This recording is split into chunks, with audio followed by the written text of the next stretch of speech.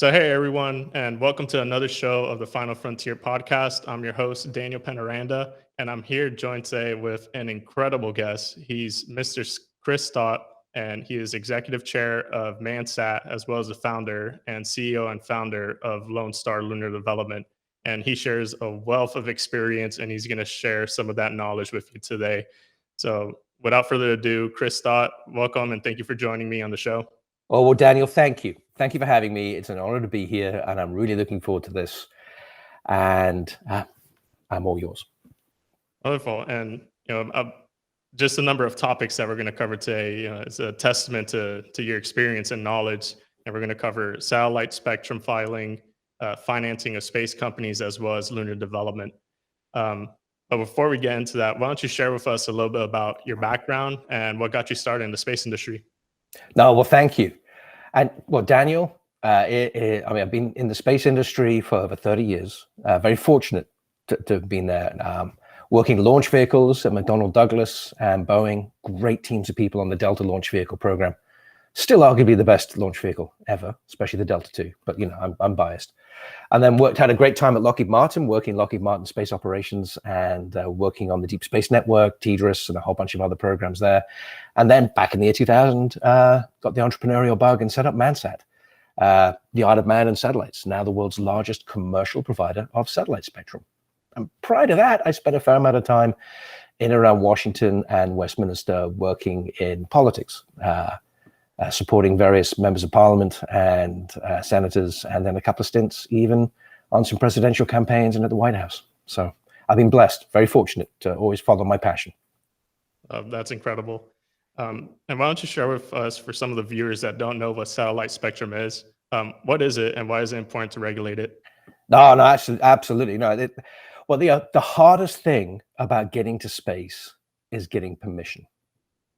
And so that permission comes in two forms. One is, a license to launch and operate your spacecraft, no matter where it is, right? The moment it leaves the planet, it needs a license. And the other part of that is spectrum. It's like running a radio station. You need your place on the dial that doesn't cause interference to others. And that is satellite spectrum.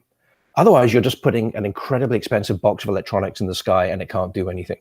You have to be able to talk to it without causing interference, right? Without talking to the wrong satellite. And then you have to have it do its job, which is actually broadcasting down, transferring data, remote sensing, whatever it is it's going to be doing. It should be doing that to its best abilities, but also under a license to make sure it's not causing interference to other people.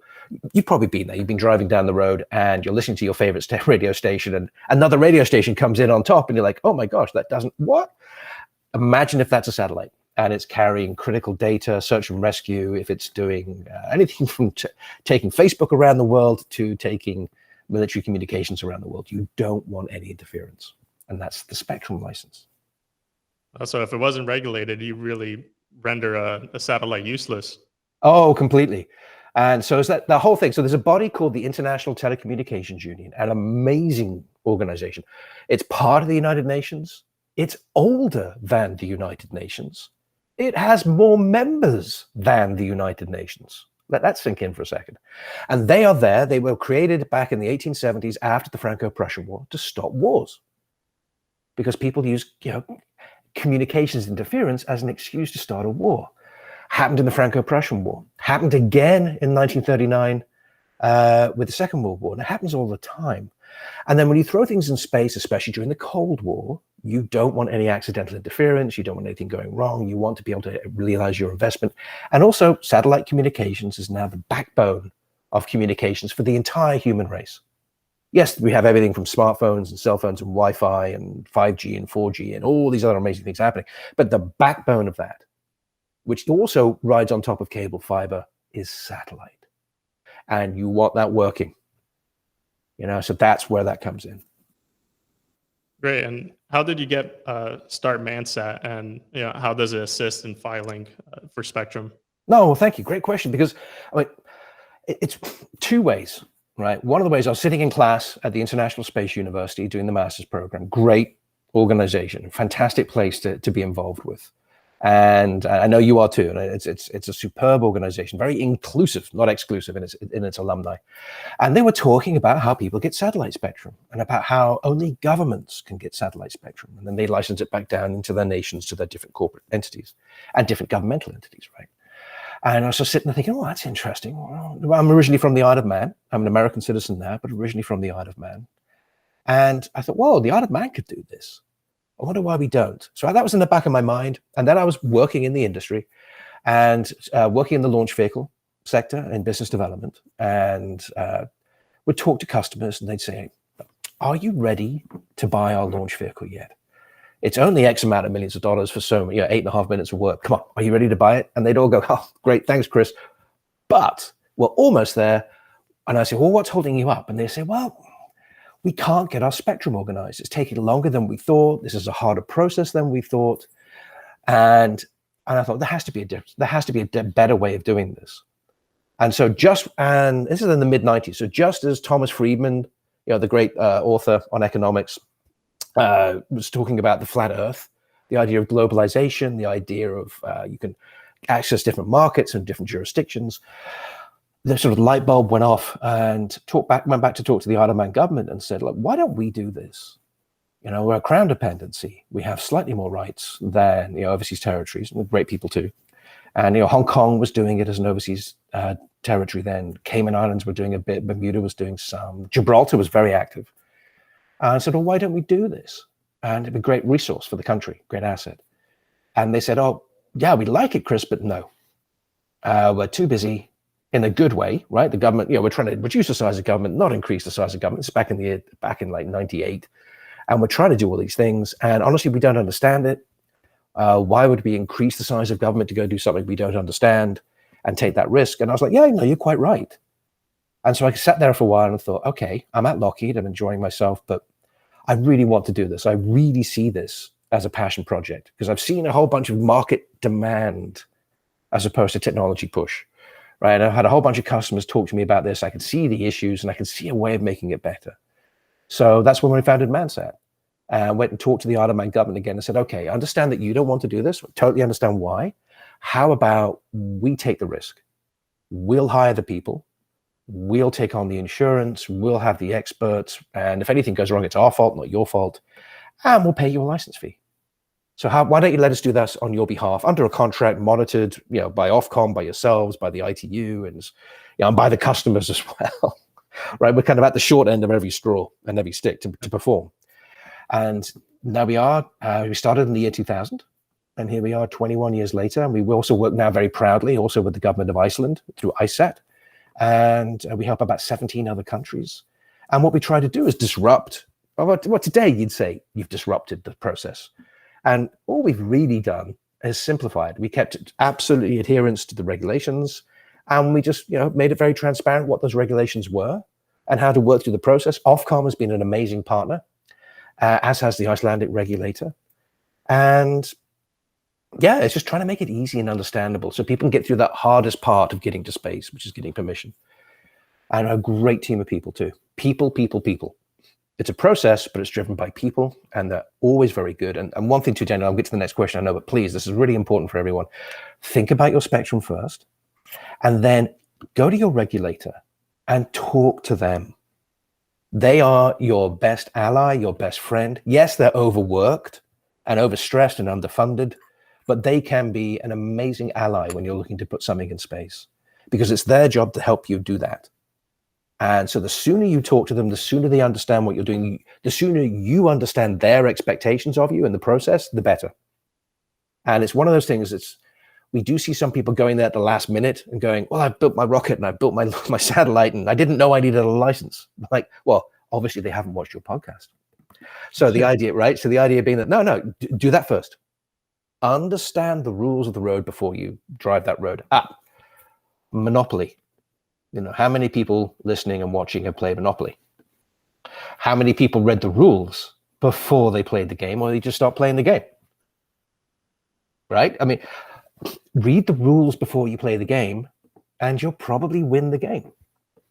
It's very true. And you guys heard it first, be friends with your regulators. Yes, absolutely. They are your best ally, your best friend, a source of knowledge like you've never seen before in the space industry. They're incredible people, really, really good at what they do. Well, fantastic. And that's a testament of uh, pursuing your passions, and in the face of adversity, keep pushing forward, and you're going to succeed and genuinely solve a problem in the industry, and people are going to respond very well to that. um, and from your past experience, you've had lots of experience financing space companies, so you've been around the environment for a long time. Mhm. How would you say that the capital markets environment has changed from the early start of you financing and raising money for your companies to today? Oh, no, excellent question. It's night and day difference today from what it was. Today, you've got a very well structured environment, a very well understood environment for funding. So it's easy. It's easy for us today to say the word entrepreneur, to say angel funding, seed funding, VC rounds, series seed plus A, B, C, to talk about IPOs, SPACs, debt equity, etc. And you're also walking into a marketplace that has, since 1957, we've had satellites flying in space, but really since the early 2000s, we've had entrepreneurs in space, and this whole wave of reinvestment. So you're coming into a structured environment now. When I first started this, no one knew the word entrepreneur. It was like I was an entrepreneur before it was trendy. And I've recently done a new company. We're still working at Lone Star, which is fantastic, and I'm very excited. So I can't say much because we're still in stealth, kind of cool and funky stuff. The Lunar Information Communications and Technology company, right? And that has been a learning curve for me. Now, I've been fortunate to have been the chair of the business school a couple of times at ISU with some great people there, and have been around a lot of satellite financing, debt equity, and these major projects, and supporting our customers at ManSat. And they provide broadband to billions of people around the world through space. They're amazing companies, real cutting edge stuff. And yet, even for them, everything's changing. It's constantly changing. But the structure of finance is so much better than it was. And you've got so many more options as an entrepreneur, and learn, again, read the rules of the road. Go out there and talk to other companies, talk to other entrepreneurs, go to incubators like Techstars, where I'm a mentor, Starburst, Y Combinator, International Space University is thinking about doing its own incubator. You've got the Florida Institute of Technology, where the Aldrin Institute is there with the ISU Institute on Entrepreneurship, a fantastic program. Learn, right? Learn from the mistakes of others and make your own mistakes, right?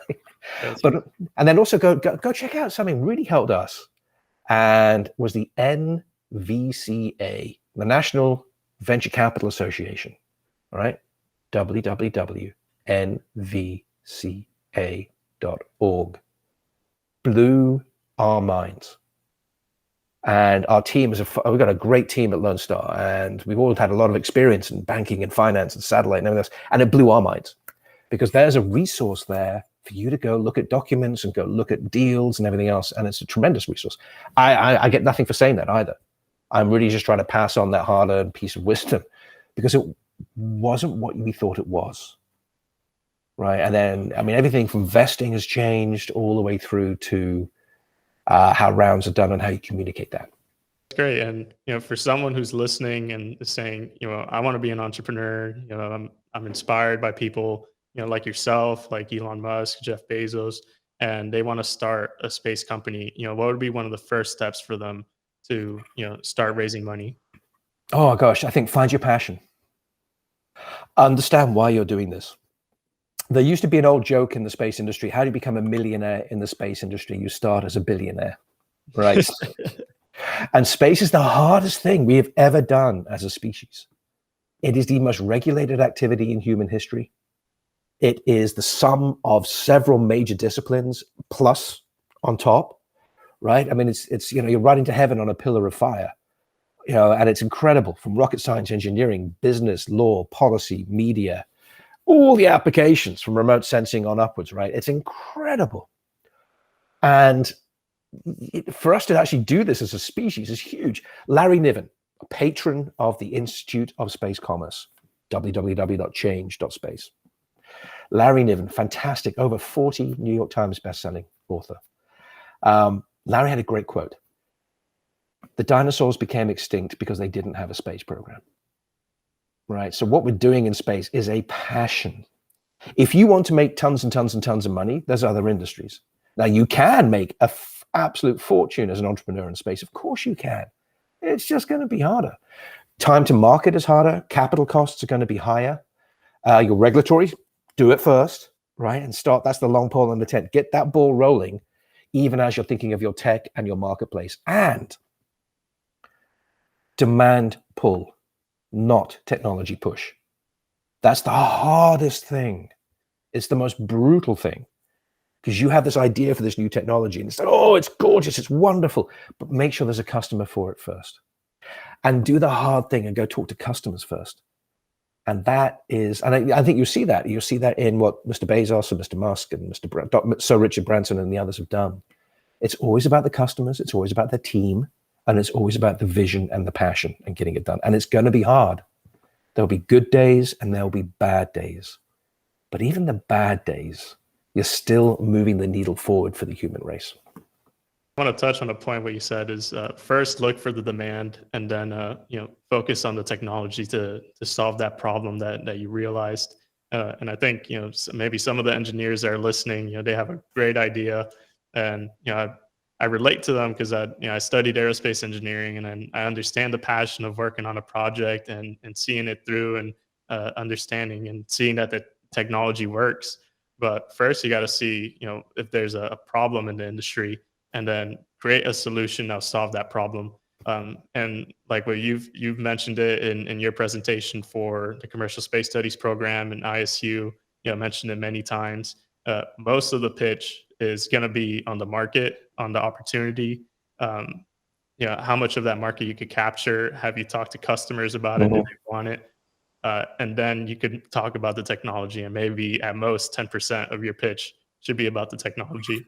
Oh, absolutely. Well, we follow that 10-20-30 rule at Lone Star, and that is 10 slides for 20 minutes at 30 font. And you've got 20 minutes in essence, like a TED talk, right? Like a podcast. You've got 20 minutes with an investor, and they're seeing many different pitches. Their time is precious. Your time is precious. And so you want to get straight to the point, right? The idea is, okay, what problem are you solving? How are you uniquely solving that problem? Who is the market? Like you said, I'm repeating it back to you, Daniel. There's an excellent summary you gave there. Who's the market and how do you go from there? And for people with a technology, go talk to customers, right? Just do it now. Ask their advice, because using aerospace and space engineering, use some social engineering. Human beings very rarely like to say no to anything or anyone. It's the hardest thing a human can do is say no. All right. So when you go talk to a potential customer, right, and say, look, I just need your advice. I've got this idea for a product and a service. Here's what it is. And then you have to do the hardest thing the human being can do. And that is listen. Because they then will tell you, they'll either say, that's amazing, I buy it tomorrow, or they'll say, oh, I don't want to say no. They'll say, that sounds really interesting, but what I really need is, now most people turn off at that but, and they go, oh no, they don't want, so no. The good stuff is now coming. This is the good stuff. They're going to tell you what they do want and how to take your product or service and flip it into what they actually need. Very Adam Smith type stuff. That's the magical moment. That's when the light bulbs go off. That's when the universe goes into sync, and you are doing the most wonderful thing, which is serving a market need and helping a customer. It's hugely important. And you should get a massive adrenaline rush from that. And I know I do, because that's the moment where everything clicks into place. That's fantastic, and I'm getting chills just hearing from it. And you alluded to this earlier. If you want to be a millionaire in space, you got to be a billionaire.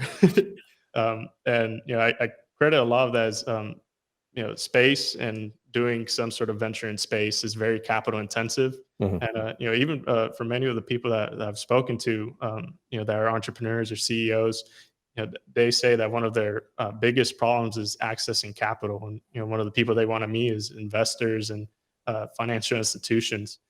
How do you think that problem can be solved? How can we bridge that gap?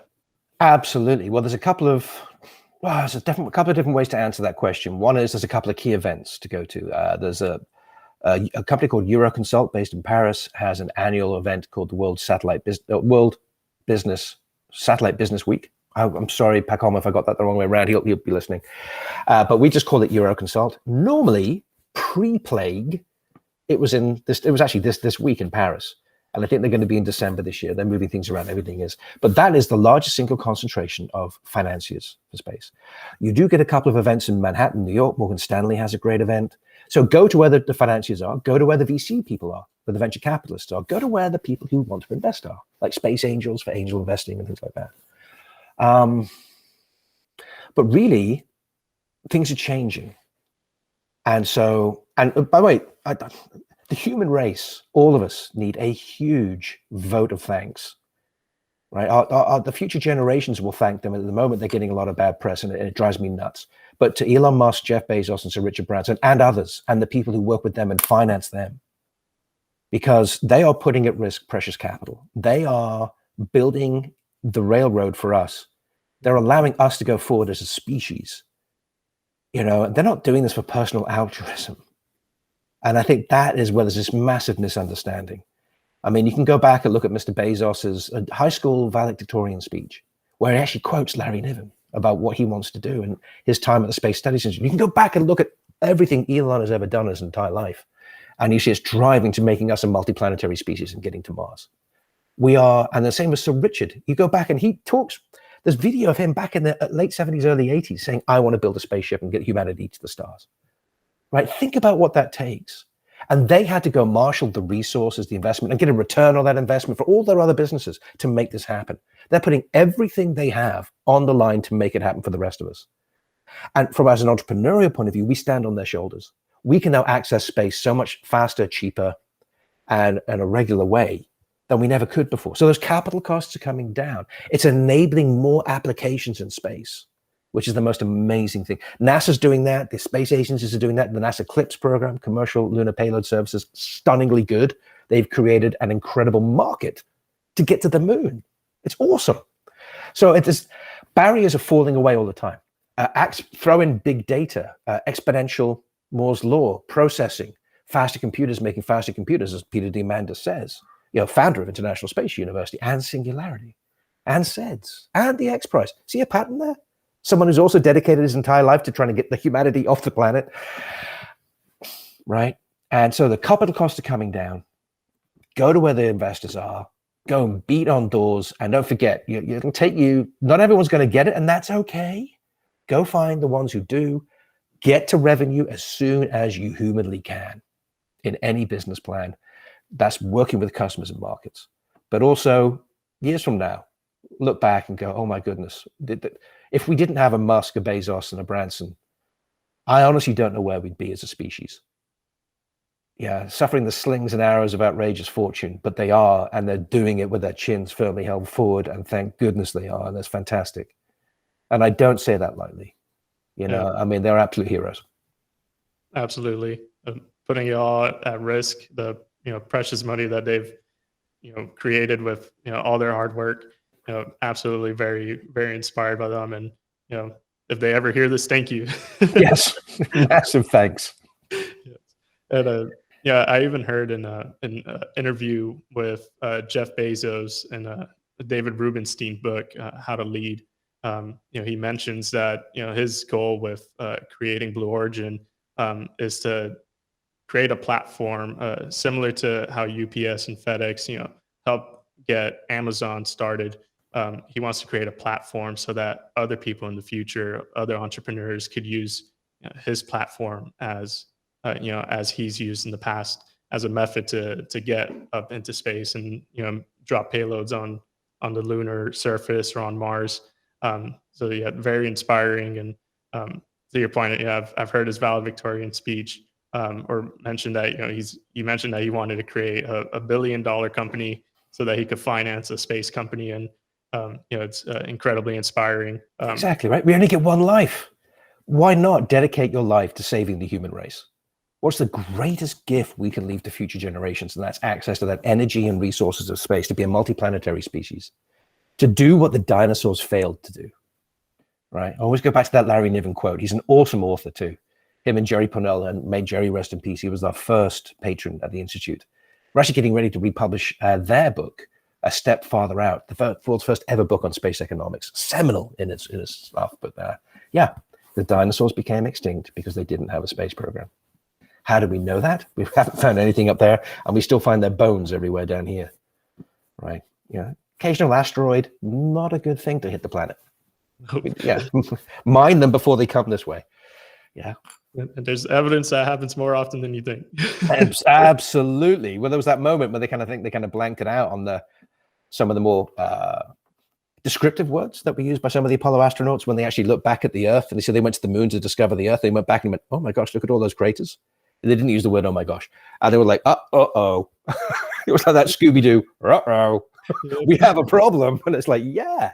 The more we understand about the cosmos and where we live, I mean, don't forget, like, where we are, 8 billion people traveling at 1,000 miles an hour as the Earth spins all the way around the universe. And we think we're down here in our life, and we forget to look up that thin blue line between us and space.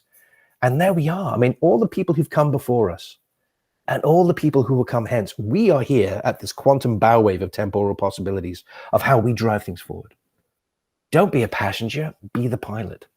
Get out there and create the future you want. Yeah. Otherwise, we'll get stuck with some awful Terminator future, right? All the misery guts out there. It's like, no. We want a Starfleet future. We want a future where there's, everyone has access to healthcare, education. Everyone can fulfill their purpose in life, the pursuit of happiness, not the provision of happiness, the pursuit. And freedom. And right now we're coming down to one of those inflection points again. Here we are as a species. We can actually get this done. And it's so cool. It's so exciting.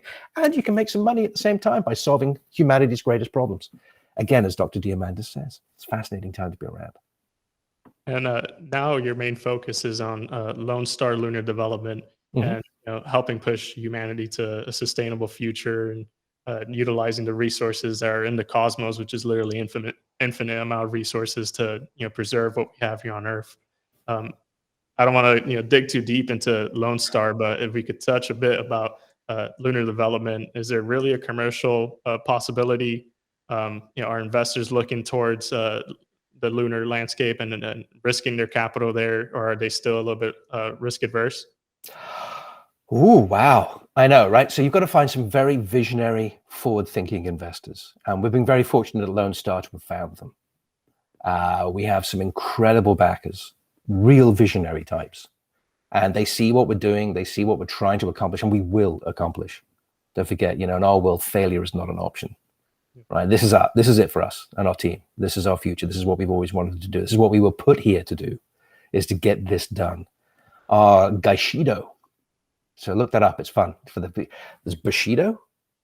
There's Gaishido, Gyshido. Our Gaishido is strong, right? And it's that right time in history to get this done. And we're actually looking at terrestrial markets, but served from the moon. And, we're a lunar information communication technology company. That's pretty much what it says on our website. So it's okay to do that. Because otherwise, because we are still in stealth, we're actually planning a couple of tests, and which should be happening in the next couple of months, if not sooner. So stay tuned. And I'm happy to come back on again when we're more public, Daniel. Very happy to do so. Oh, no, we'd like to do it too. I mean, it's just right now we're just in that little kind of delicate moment. As they say, beginnings are a delicate time, to quote the first David Lynch movie, if you guys know what that is. And so, yeah, it's really cool. But with huge thanks to Scout Ventures and Seldor, and they've been amazing visionaries to back us.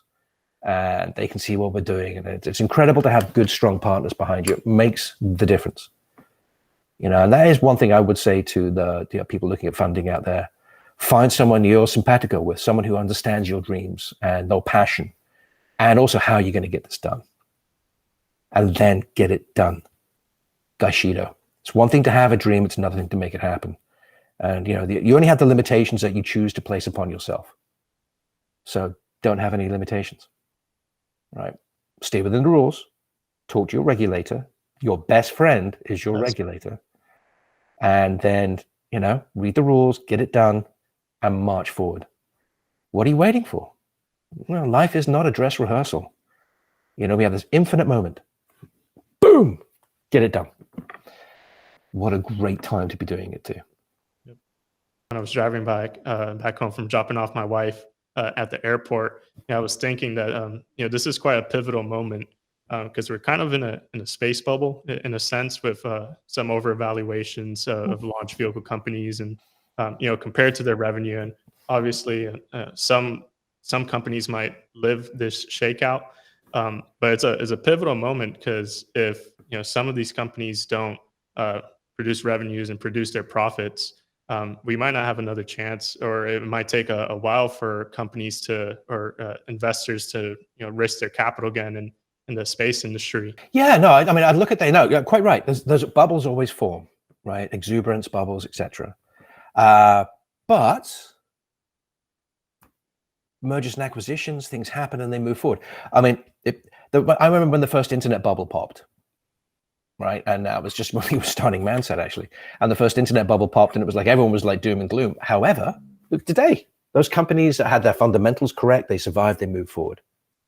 And it's going to be the same here today as well, right? I mean, it will happen. It'll probably happen again and again and again. I bet you there'll be a Mars bubble, a moon bubble.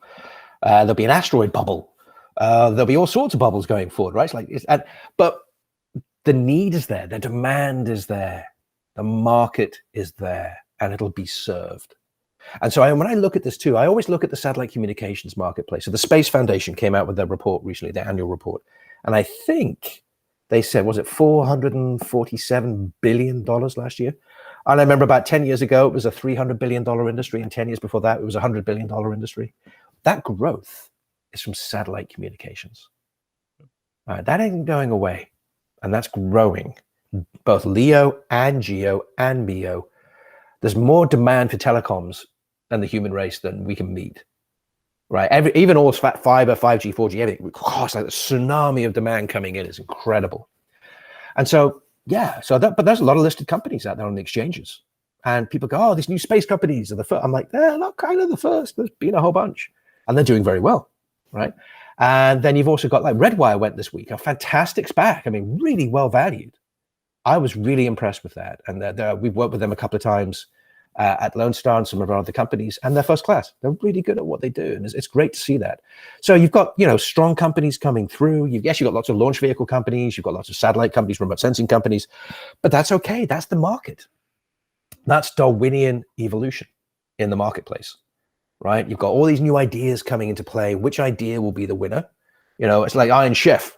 Whose cuisine will reign supreme, right? We don't know yet, but that's the market, and that's the beauty of it. Probably a ton of M&A, and then the people, the individuals will keep going forward, right? And that's the unique thing about space. Stanley Kubrick said it really nicely. He said he was amazed when he met people in the space program in the 60s, from McCall and Arthur Clarke and Robert McCall and Arthur Clarke and the others doing everything with the movie, to the people at NASA and at the time and others.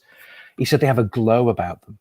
And I've talked to his daughter about this, and she's an amazing filmmaker herself. She's a stunning lady, and real. Oh gosh, the powerhouse of intelligence there. And she repeated it back to us, at an event. And she says, look, there's a glow about you guys because you guys are up to something. We like to call it the Moses syndrome, where I'm from. The idea being that you've got a bunch of amazing people who are dedicating their lives to do something incredibly hard for the rest of us, even though we know we will never see the promised land. Right? I mean, this is for future generations. And it goes back to that whole Branson, Musk, Bezos comment as well. It's like, we're not, self-fulfillment, yes, absolutely, the passion, yes. But we know that the work we're laying down is going to be for future generations. Present shareholders, good return for shareholders, right? But also for future generations. I mean, how often do you get to be at this point in history and have these kind of resources available to go off and fundamentally make a positive change to every man, woman, and child on this planet? Not easy, a lot of barriers in the way, but it's achievable. And you're also a big believer in giving back to the community. Would you mind sharing some of the initiatives you're involved with? Oh, no, well, thank you. No, I was very fortunate well, grew up on the Isle of Man, where it's a very charitable, you give a lot back always to your community, and great role models of my parents doing that, and my friends and family. But then also one of my first ever bosses was George Herbert Walker Bush, President Bush, number 41, the boss, right, we call him. He always took us aside and he would always say, faith, family, friends, and leave this world a better place than when you found it, always. And he would drill that into us, right? Every chance he got. He said, if you're going to remember one thing I ever tell you, and I did, I remember lots of things he told me, but that was it. Always leave the world a better place. And I've been very fortunate in my life to have mentors, people come and help me, and people who just out of the blue would help me. I mean, it's amazing. I mean, I'm so thankful. And they always said, pay it forward. Like Robert Heinlein said, pay it forward. And so, yeah, so it's always been helping out at the International Space University, co-founding the Institute of Space Commerce with Michael Potter and Michael Simpson and Elias and Jerry Pournell and Larry Niven and the others there, and the International Institute of Space Commerce on the Isle of Man, and thanks to the Isle of Man government support on that, and a group of amazing people there. We also support the Alain Ramon Scholarship and the KC scholarships coming out of our friends. We sadly lost on Columbia, all the way through to with Michael and John and the others and David and Angie co-founding Geeks Without Frontiers. And the idea is that proceed until apprehended is what a famous colonel once told us at one of our events in Washington. He very kindly came on behalf of the White House, the Obama White House, and said, "I've got one message for you: proceed until apprehended," because we realized you can get a lot done if you take your ego and move it this way. You can get a lot done, especially in the charitable world. And so there's Geeks, which is addressing the World Wide Web, clean telecoms, clean water, clean energy. The idea being that we're getting broadband to as many human beings as physically possible, but doing so by finding the choke points. Sometimes they're regulatory. So the Dig Once initiative with the FCC, rural broadband with the FCC and the ITU and everything we're doing there, Community Connect. And then just the United Space School in Houston. So ManSat, since day one, we have always, the first thing we did as a company was our charitable work. And that was supporting the United Space School in Houston, the ISU itself and others. Because if you're going to do something in life, look, do it for the right reason. Yes, make money for your shareholders, of course. But at the same time, you and your team, all work and no play, right? So get back into the community, help. Help with Manx language or tree, the Woodlands Trusts, and do local work as well. Nicole, my wife, I'm very fortunate to have married my best friend. She also has her Space for Art Foundation, and she painted when she was on orbit, and that was a pivotal moment for her. And she's always been an artist, right? It's the most well-balanced, amazing woman, actually. The idea of this Renaissance person. So it's not STEM education, it's STEAM, science, technology, engineering, arts, and math.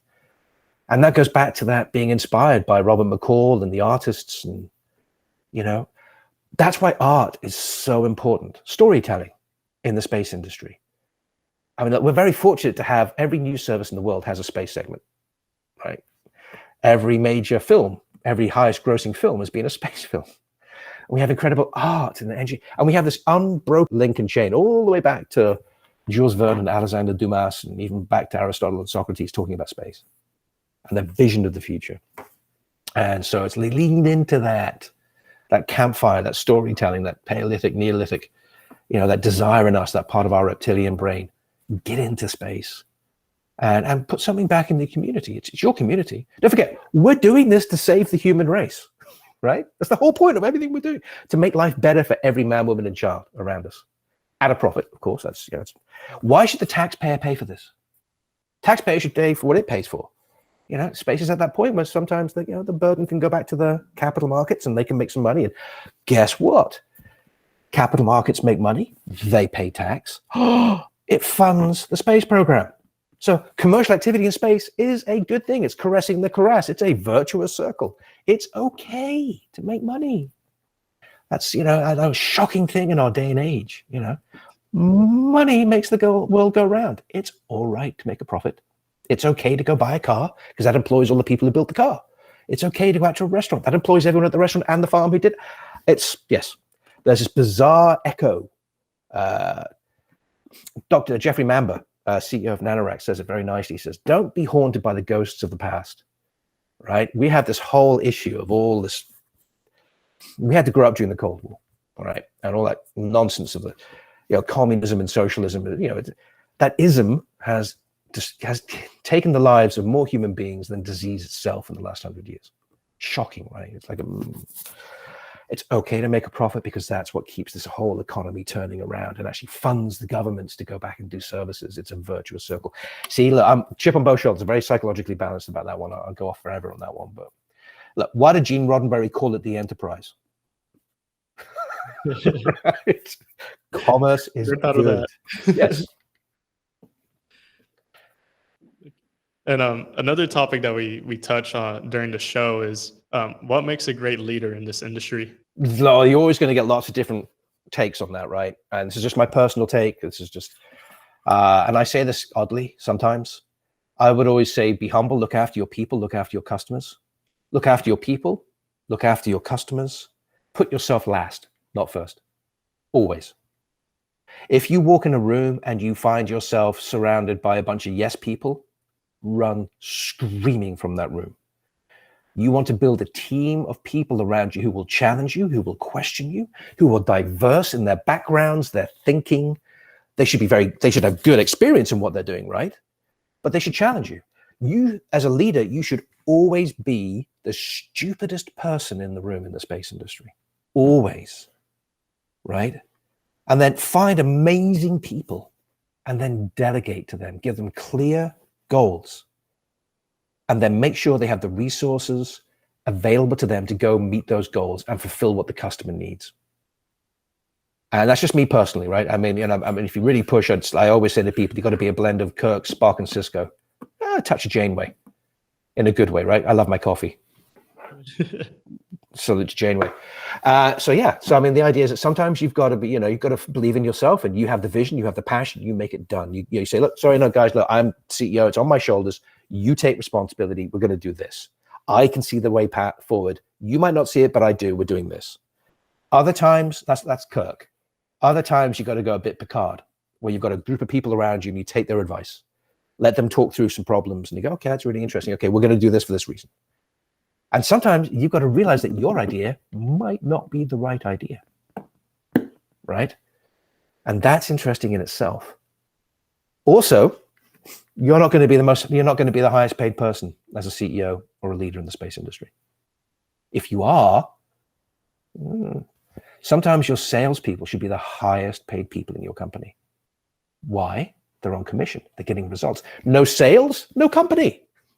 Right? Revenue coming in, talking to the customers, demand. Sales. Listen to the customer. What do you want to be? You want to be like the king of the pyramid and go, queen or the queen of the pyramid, sorry, and say, okay, I'm going to be the highest paid person because I'm the CEO. It's like, oh, bollocks. No, absolutely not.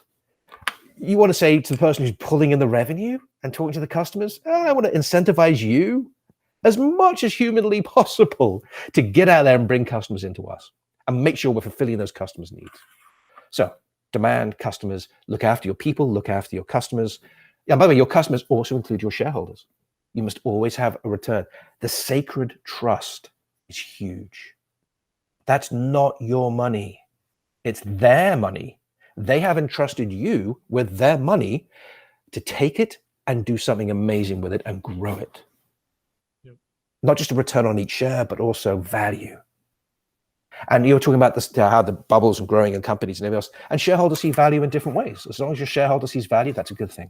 As long as you're meeting the customer demands, that's a good thing. As long as you're looking after your people, that's a good thing. All right. You should never, if you're ever going to sleep at night and you're worried about the ethics and morals of the people you're working with or the company you're working at, leave. Get out. There's other companies, there's other people to work with.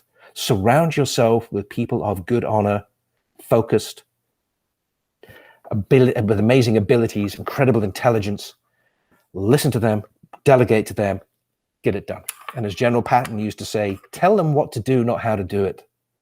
Right? There's a whole point of you trusting them. Right? You got to trust yourself a little bit. Take the bridge. Don't micromanage. Hard. It's very hard. Because sometimes you want to jump in there and do everything. You can't. Right?